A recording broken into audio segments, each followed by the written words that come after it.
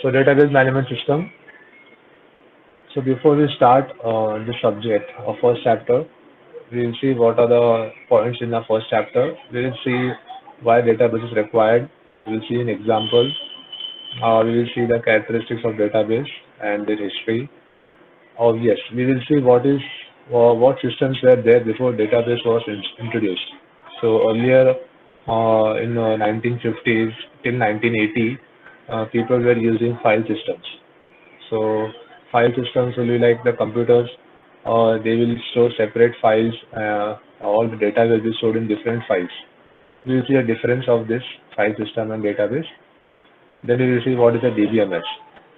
That is database management system, and what are the advantage, disadvantage, which is the architecture and the role of a database administrator.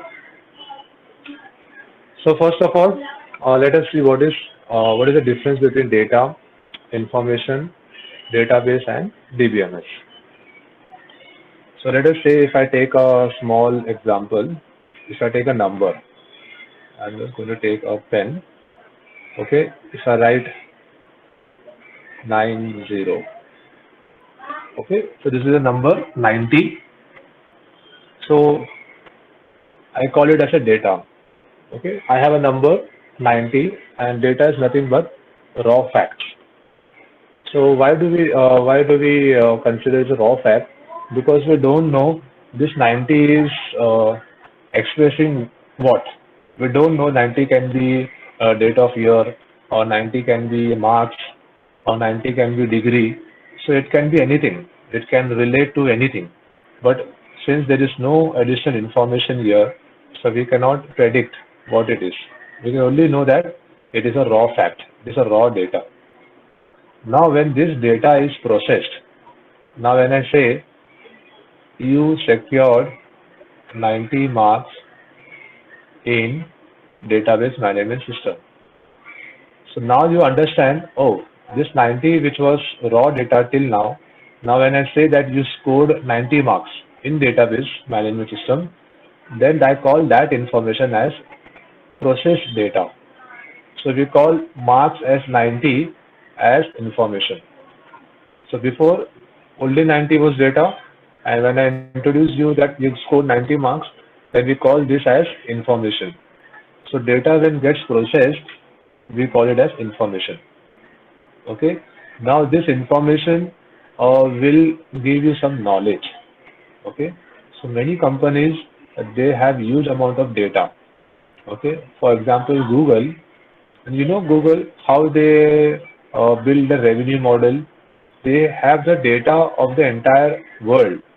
They have the data of all the people who are searching on Google and who are doing business on Google. So they only have the data, and they do some processing on that. And with that information, they are earning money. Okay. So this information is nothing but processed data. Now coming to database. So database is what? It is a collection of interrelated data. So when I say database, that means it is a container which is having some data, and all the data which are there inside the container, they are they are interrelated. That means they have some connection between them.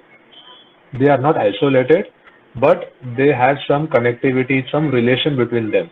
Okay, like I say, if I want a database of students, so what can be the interrelated data? Can somebody type in chat?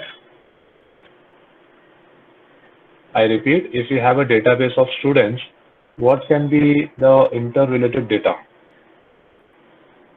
Name, very good, Salva. Unique ID, very good. So I can say all your personal details, right? Your name, your roll number, or your department, and your phone number, your email ID, because all this information are related to one student, correct?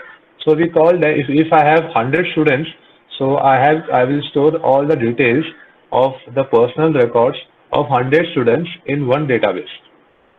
So that means all my data interrelated with each other. Okay. So I hope you understood the difference between data, information, and database. Okay. Now coming to DBMS. Now let us say I have a number of database, and I want to do many operations. like insertion, updation, deletion, searching, retrieving some records. So all these operations can be done with the help of a DBMS. So we will be using different kind of DBMS.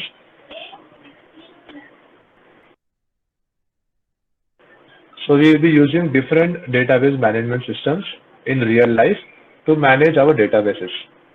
So we have seen many examples of DBMS like Oracle, like we have Microsoft SQL, we have MySQL, we have MariaDB, and the list is so on. So there are huge number of database management systems managed by different companies, and each has their own benefits and disadvantages. So it's up to us as a company which database management system is best for us.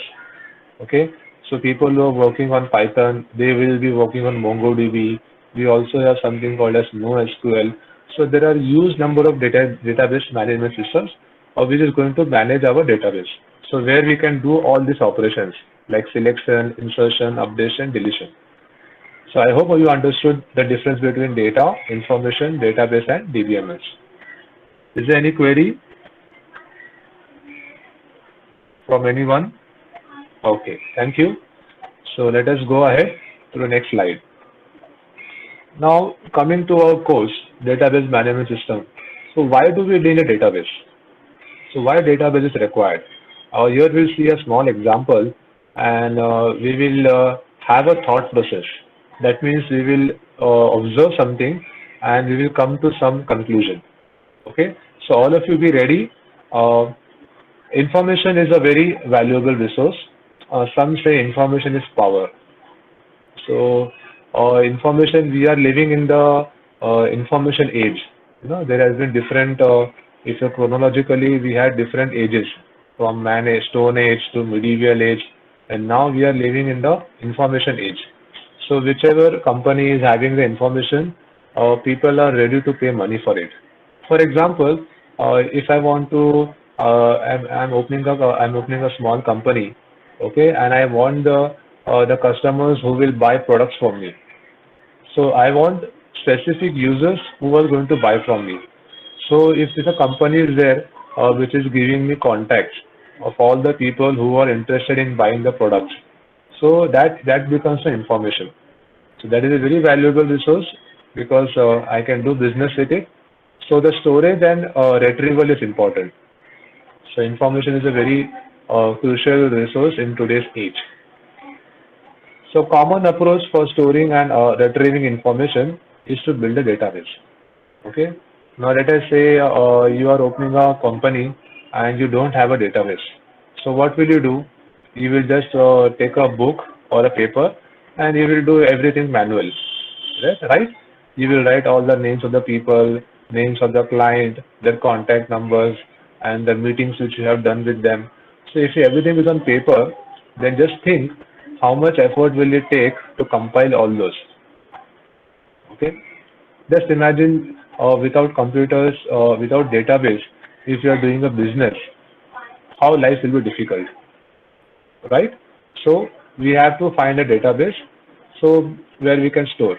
Just imagine if in our mobile phone, if you don't have the address book, then what will you do? If there is no contacts where you can add and you can search your friends' numbers, if that thing is not there in your mobile phone, just imagine how will you make a call. That means either you have to remember the phone numbers of all your friends, or you have to take a diary and note the name and numbers, right? So just imagine, so that contact book in your mobile phone is also a database, which somebody has asked before. That is also using SQLite, right? So our contact book in our mobile app is using a small database that is SQLite, which is storing the contact numbers and the names of all our friends. Okay, so that is an example of a small database. So virtually every medium to large enterprise uses one or more databases. So without database, the companies cannot survive.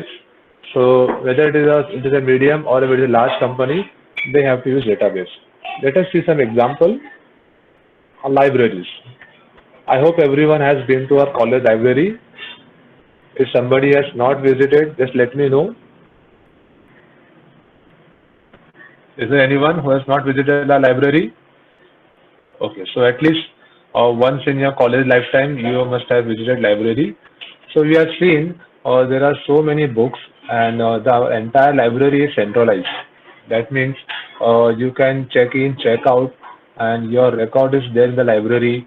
Whenever you issue a book, that gets recorded. Whenever you return a book, that gets recorded, right?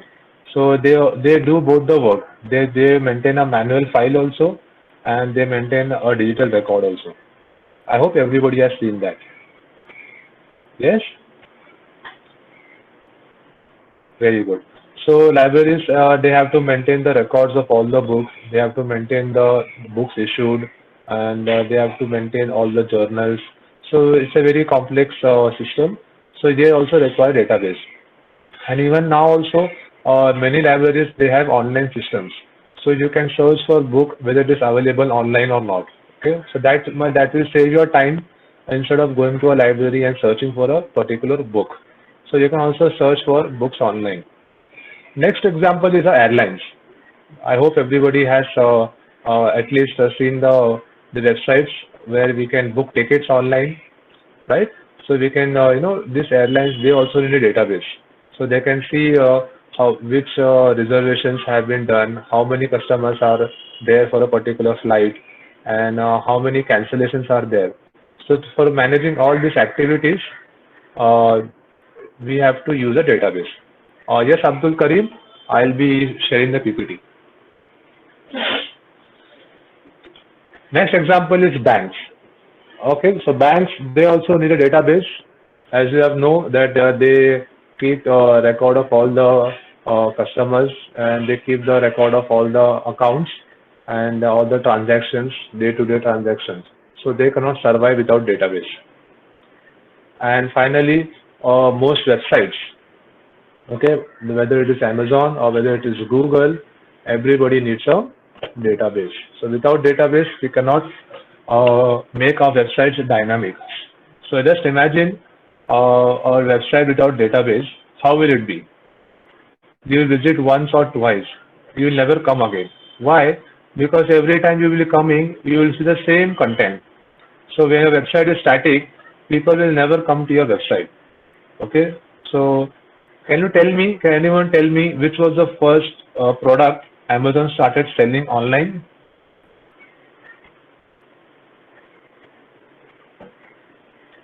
Yes, books. Very good. Very good. So just imagine how much efforts have been taken by Amazon, to start the first e-commerce company. So just imagine database that they have been storing all the records of all the books, and they were selling it online. And today they control, very large portion of the internet, right? So now they are in every part of our life. So they are selling everything online. So this all started with books. Even Flipkart, the Indian company, they also followed their example. They also started with books. So all these websites, they all are using databases. So database is a very important part. Now, to store information, we can use many options, right? Now somebody will ask why we need a database. We can also use text files. We can also use Notepad. We can also use Excel file. There are many other options. Why do we need database only? But yes, you can store the information. But the problem comes when you're trying to uh, do some retrieval operation. Okay, storing information in a file system is okay, but the problem comes afterwards. So let us take an example. If we save the information in a file system, and we are going to store some information in that. So when do file systems work satisfactorily, and when do you need a database? We will answer this question after taking this example. Okay. So let us take an example which has information about some. I guess there are many people here who like cricket. So is there anyone who does not like cricket? Okay, many of you like, yeah, people who don't like cricket must be interested in football, right? Okay, fine. So cricket, I am taking example of cricket. You can just think of the football players which you like the most. So here we have a information about one day international batsman. Okay, so we have an old data here. So as you can see, we have some list of players, and I want each of you to just go through this information and come to some conclusions. Just let me know what are your observations from this table. I'll give you 2 minutes, and I will just read the chat, uh, waiting for your reply. Okay, the first answer is systematic.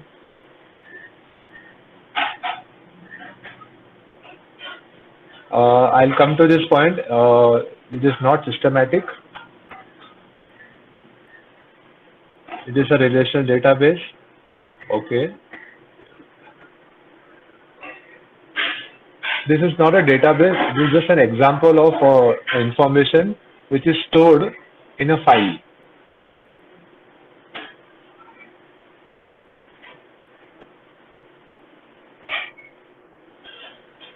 The entire table, can you just relate how each columns are related to other columns? Randomly stored. Yes, Aman Sheikh, very good answer. Based on more runs scored. So this is one observation. If you can see if you can see this column, runs. So you can see it is ordered the maximum runs scored. So the maximum scorer in one day international is Sachin, and we have him at the top. Randomly stored. It is not randomly stored. Relational database. Salwa, this is just a table of information. We will come later that why database is required. So here we are having some observations and some problems which we will overcome in by making a database. Okay, based on good records of matches, runs and all. Performance. Okay, it is not dynamic, just a table. Yes. We also have best player. Okay, can you see the matches? The matches are also okay. So let me tell you some observations. The first observation, if I say the span, okay. So we have the span 1989 to 2010, okay. So it is just a period, and if I want to know that in 1 year, on some particular year, how many runs are scored, I cannot do that. Yes, do you agree with that? Second observation is that the number of runs, as said by Misbah, that the maximum number of runs are scored here, and it is mentioned here. Okay, so if I want to say the average, okay, the average is calculated with the help of the number of runs scored and number of innings. And let us see some observations in the coming slides. Yes, centuries are in descending order. Yes, this column is also sorted, but I don't see because 15 and 12 are coming before. So let us see the observations. So first of all, this table, we will give it a name. Okay, in a database, we have given a table name as best ODI batsman.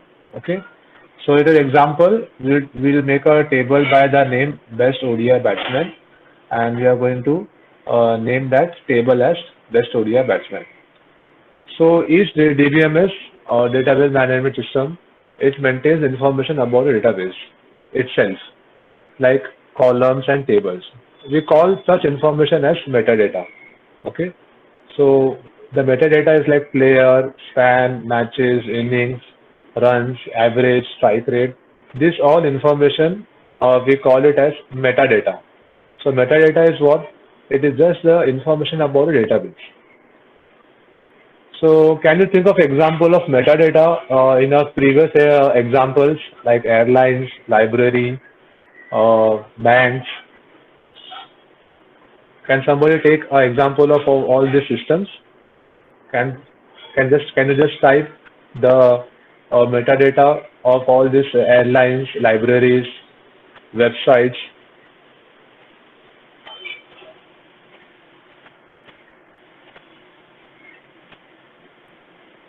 Okay, if I show you the example of this, okay, what can be the metadata in libraries?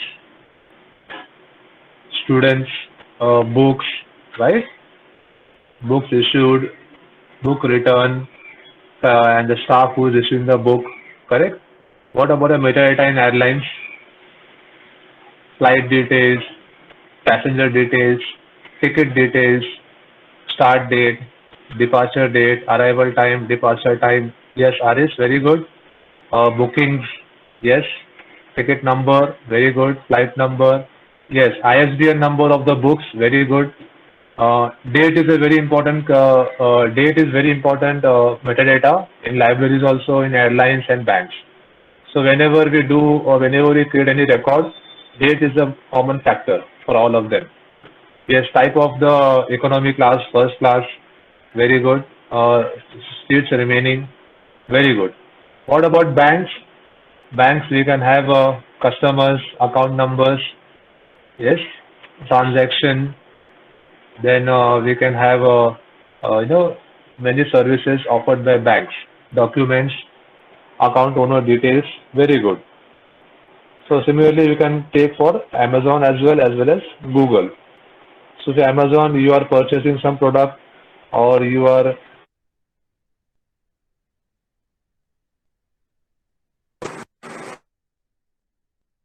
so we have our accounts and we any services offered by Amazon, they store our information, right?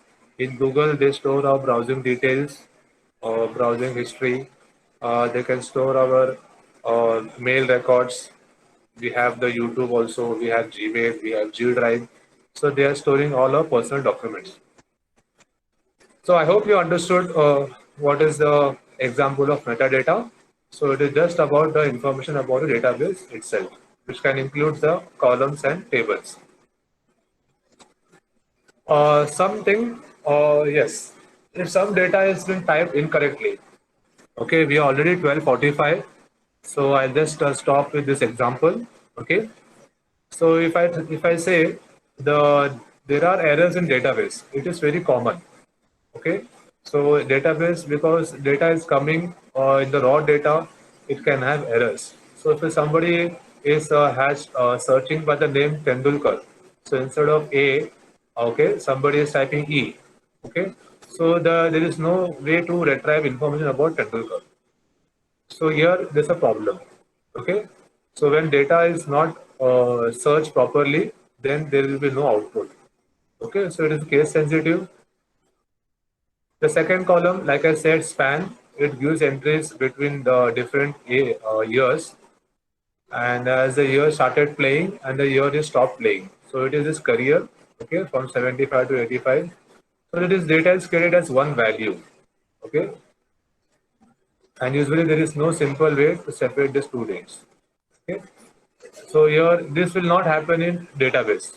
Okay, so normal file, we can say that he has been playing from 75 to 85, but in database, we cannot have such thing. So we, instead of this, or in database, we can have two columns. The first column, when did he join the career, and the second column, we can have the when did the career ended. So likewise, we can search, we can query database separately. Okay. The third observation is the database is ordered according to total runs code, like somebody said before. Okay, so somebody had told the database is stored according to total runs code. But do you think that this is important for a computer to store? Okay, this is okay when humans view it as a database, but it is not important when you store in a database. Okay, so like it's not compulsory to store the records according in ascending or descending order, because the computer or the database will create each record separately. Okay, So it is not required, it is not important that the database, the values which are there in the column, it should be stored in this order or in this order. We can store any record in any order. Okay, that is the powerful power of database. We don't have to sort the information. Okay. Finally, there are some perhaps not so obvious problems with a database. So there is no convenient way to represent the player is still playing. So here we also don't know that the player is still active or is still playing or not. All right. Again, some information in a table is in aggregation form. Okay, about the ODI matches. So again, we don't need to store information in aggregates. For example, if you have seen the aggregates, right, strike rate and the averages, we can calculate this value, okay, with the help of some inbuilt functions of database. So there are many functions in database like sum, average, min, max. Okay, so these are all functions which are already available as a part of DBMS. So we can apply these functions based on the given values. There is no need to separate find this value separately.